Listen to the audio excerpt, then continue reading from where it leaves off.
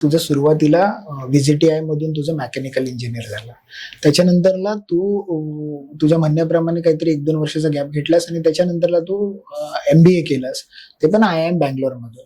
So हा जो प्रवास सुरू झाला कसा झाला त्याच्याबद्दल काय सांगू शकशील का? तर जसं मी जेव्हा व्हीजीटीआय मधून ग्रॅज्युएट झालो त्यानंतर मेकॅनिकल इंजिनियरचा जो ड्रीम जॉब असतो की रिसर्च अँड डेव्हलपमेंट, ती फील्ड मला मिळाली होती आणि मी एका कंपनीमध्ये R&D मध्ये जॉब करायचो. ओके. 1-1.5 वर्ष अनुभव घेतल्यानंतर मला कळालं की आपल्या इंडियामध्ये स्कोप जो आहे तो बिझनेस साईडला फार जास्ती आहे. एकदम जे डीप टेक्निकल साईड्स आहेत ते तेवढा रिकॉग्नाइज नाही केल्या जात मार्केटमध्ये. आणि जर तुम्हाला बिझनेस मध्ये एंटर करायचं आहे तर तुम्हाला एक अशी डिग्री पाहिजे जी तुम्हाला तुम्हाला लॉन्च करू शकते मार्केटमध्ये, आणि ते म्हणजे MBA.